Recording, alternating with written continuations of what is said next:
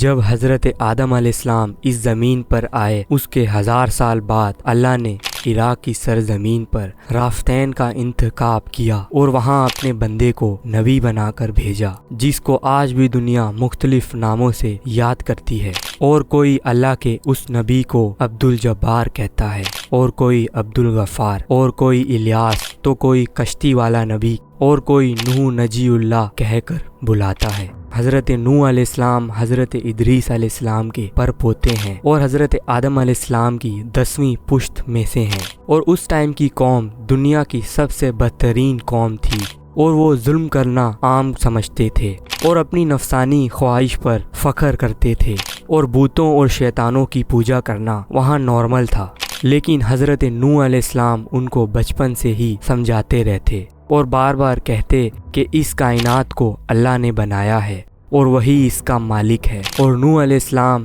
جب اللہ کے دین کی تبلیغ کرتے تو ان کی قوم انہیں اتنے پتھر مارتی اور ان کے جسم مبارک سے خون نکلتا، اور تاریخ میں لکھا گیا حضرت نوح علیہ السلام نے 950 سال تک اللہ کی تبلیغ کرتے رہے اور پتھر کھاتے رہے، لیکن جو ان پر ایمان لائے وہ بس کچھ ہی لوگ تھے جو غریب مسکین تھے۔ اور نوح علیہ السلام اپنی امت کے لیے اتنا رویا کرتے تھے کہ ہم سوچ بھی نہیں سکتے، تو اسی لیے حضرت نوح علیہ السلام کا نام نوح پڑ گیا۔ اور جب اتنے سال گزر گئے تو اللہ نے اپنے نبی پر ایک وحی نازل کی، اور اس وحی میں فرمایا، اے نوح، اب یہ تیری قوم ہدایت نہیں پا سکتی۔ اور نوح علیہ السلام نے رو کر فرمایا، یا اللہ، یہ انسان ظلم کرنے کو مذاق سمجھتے ہیں اور ایک دوسرے کا خیال رکھنا اور ایک دوسرے کی مدد کرنا غلط سمجھتے ہیں اور تیرے عبادت کرنے سے منع کرتے ہیں۔ یا اللہ، میری اس قوم کو نیست اور نابود فرما۔ تو جیسے ہی نوح علیہ السلام نے یہ بد دعا کی تو اللہ تعالیٰ نے پیغام بھیجا، اے نوح، ایک کشتی تیار کرو، کچھ ہی ٹائم بعد یہ قوم نیست اور نابود ہو جائے گی۔ اور پھر اللہ نے وحی کے ذریعے سے اپنے نبی حضرت نوح علیہ السلام کو بتاتے گئے، اور نوح علیہ السلام وہ کشتی بناتے گئے۔ اور نوح علیہ السلام ایک پہاڑ پر رہتے تھے، اور نہ ہی وہاں پر سمندر تھا اور نہ ہی وہاں پر کوئی درخت، لیکن حضرت نوح علیہ السلام نے وہاں پر درخت اگائے اور اس کی لکڑی سے کشتی بنانا شروع کی، اور لکڑی سے بڑے بڑے تخت بناتے، پھر اس کے بعد لوہا لاتے اور اس کو پگھال کر کیل بناتے اور لکڑی کو جوڑتے جاتے۔ اور تاریخ میں لکھا گیا حضرت نوح علیہ السلام 100 سال تک کشتی بناتے رہے، اور نوح علیہ السلام کی قوم کے لوگ آتے، دیکھتے اور توہین کرتے،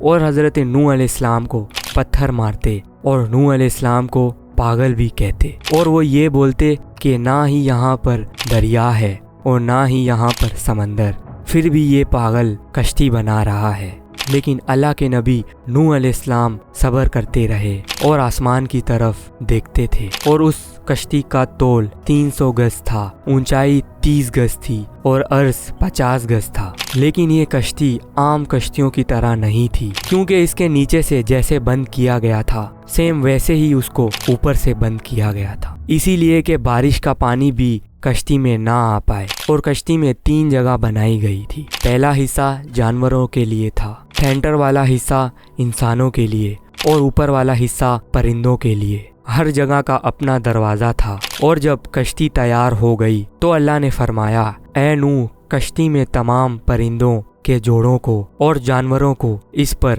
سوار کرو، اسی لیے کہ ان کی نسل باقی رہ سکے۔ اور حضرت نوح علیہ السلام نے تمام مخلوقات کو جس میں زندگی کے آثار پائے جاتے ہیں سب کو کشتی میں سوار کیا، اور پھر حضرت نوح علیہ السلام نے انسانوں کو حجت تمام کے لیے بلانے لگے کہ آ جاؤ، یہ کشتی نجات کی کشتی ہے، جو یہ کشتی میں آئے گا وہ اللہ کی امان میں ہوگا۔ لیکن وہ بے وقوف بس ہنستے ہی رہے۔ تو تاریخ نے لکھا کہ بس نوح علیہ السلام کے ساتھ بس 80 ہی لوگ تھے جو کہ کشتی پر سوار تھے، جس میں آپ کے 3 فرزند حام، سام، یافیس اور ان کی بیویاں تھیں۔ اور اللہ نے اپنے نبی نوح علیہ السلام کو کہا، بس کچھ ہی دیر میں پانی نکلنا شروع ہو جائے گا اور پوری قوم کو ڈبا دے گا۔ ابلتا ہوا نکلنا شروع ہوا اور بارش بھی ہونا شروع ہو گئی۔ وہ اب کافر یہ سمجھ رہے تھے کہ یہ طوفان کچھ ہی دیر میں ختم ہو جائے گا۔ پھر وہ بے وقوف اونچے اونچے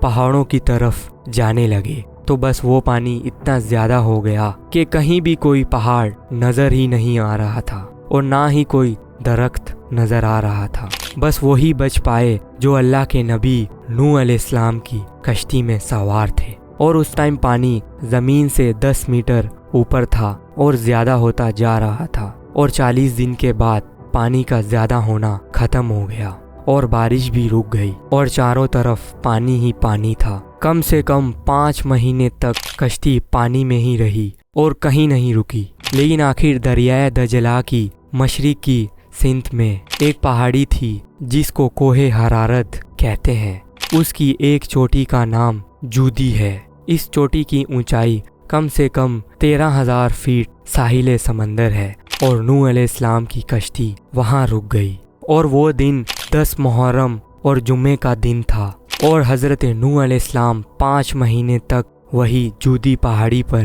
رکے، اور نوح علیہ السلام نے سب پرندوں اور جانوروں کو آزاد کیا اور پہاڑ پر اللہ کا شکر ادا کیا، اور دنیا کو پھر سے آباد کرنے کا سوچتے رہے۔ اور تاریخ میں لکھا نوح علیہ السلام کے ایک بیٹے سام جس سے عربی نسل چلی، اور دوسرے بیٹے حام سے سودانی نسل چلی، اور یافت جن سے ترکی نسل چلی، اور ایسے ہی نوح علیہ السلام اور ان کے بیٹوں نے پھر سے دنیا کو آباد کیا۔ اور طوفان کے 60 سال بعد اللہ کے نبی نوح علیہ السلام اس دنیا سے وفات پا گئے، اور حضرت نوح علیہ السلام کے واقعے کا ذکر بس قرآن میں ہی نہیں اور بھی کئی کتابوں میں ہے، جیسے کہ توریت اور بائبل میں بھی اس واقعے کا ذکر ہے۔ لیکن یہ کوئی خاص بات نہیں، کیونکہ یہ دونوں بھی اللہ کی طرف سے ہی نازل ہوئی ہیں۔ خاص بات یہ ہے کہ حضرت نوح علیہ السلام کے واقعے کا ذکر ہندوؤں میں بھی ہے۔ منشیا پران میں ایک واقعہ لکھا گیا ہے جس میں ایک انسان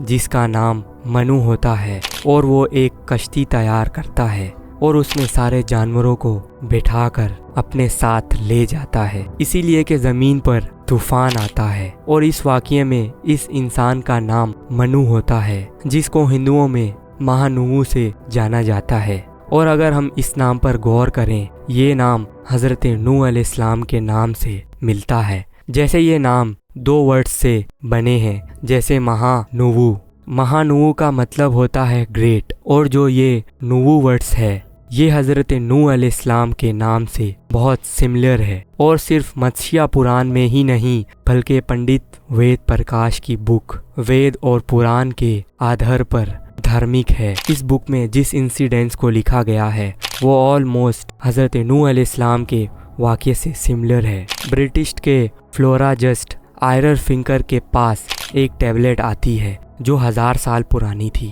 اور 1000 سال پہلے لوگ ایسے ہی پتھر کی ٹیبلٹس پر لکھا کرتے تھے، اور جب اس ٹیبلٹس پر لکھا ہوا نام ڈیکوڈ کیا تو پتہ چلا اس ٹیبلٹس پر فلوڈ انسیڈنٹس کے بارے میں لکھا گیا ہے جو حضرت نوح علیہ السلام کے انسیڈنٹ سے سملر ہے، اور یہ ٹیبلٹس ایک بہت بڑا پروف ہے حضرت نوح علیہ السلام کے انسیڈنٹس کا، جو کہ ایک برٹش میوزیم میں رکھی ہوئی ہے۔ اور اللہ نے قرآن میں فرمایا یہ نوح کشتی کو ہم آنے والی قوم کے لیے عبرت کا نشان بنائیں گے۔ اور جب اللہ کے عذاب کے بعد اللہ نے ایک آخری وحی حضرت نوح علیہ السلام کے اوپر کی، اللہ نے کہا اے نوح اس جگہ پر جاؤ اور ایک قبر بناؤ، اور حضرت نوح علیہ السلام نے پوچھا اے میرے رب کس کے لیے یہ قبر ہے، اور اللہ تعالیٰ نے فرمایا یہ میرے بھیجے گئے آخری نبی یعنی حضرت محمد صلی اللہ علیہ وسلم کے محبوب کی ہوگی، جیسے کہ ہمارے پیارے نبی حضرت محمد صلی اللہ علیہ وسلم اللہ تعالیٰ کے محبوب ہیں، اور جیسے موسیٰ علیہ السلام کے محبوب ہارون علیہ السلام تھے، ٹھیک ویسے ہی ہمارے نبی حضرت محمد صلی اللہ علیہ وسلم کے محبوب حضرت علی ابن ابی طالب ہیں، اور وہ مہینہ رمضان کا تھا۔ 18 رمضان کو حضرت نوح علیہ السلام نے وہ قبر بنا کر تیار کی۔